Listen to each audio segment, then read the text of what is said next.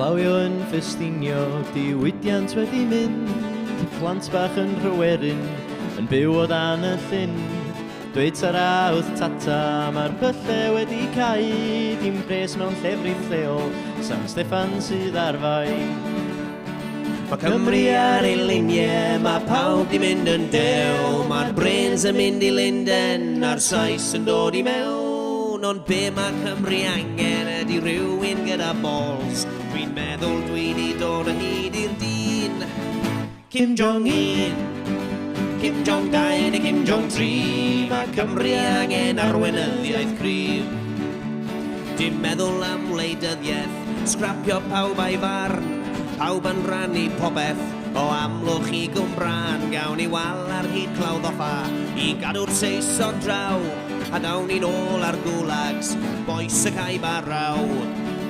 Gawn ni wario cash gyhoeddus ar byddin mwyaf byd, yr unig tan yn llun fydd testio niwsans ar Melleirn.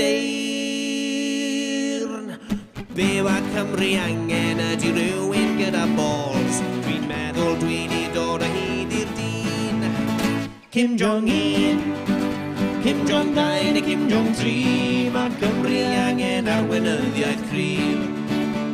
Neu Putin bach ar Russia, neu Trump ar USA, neu just rhoi mwy o bŵer i'r hen Theresa May. Utopia dan arweinydd sy'n mynd i fyw am byth, mae Cymru angen arweinyddiaeth cryf.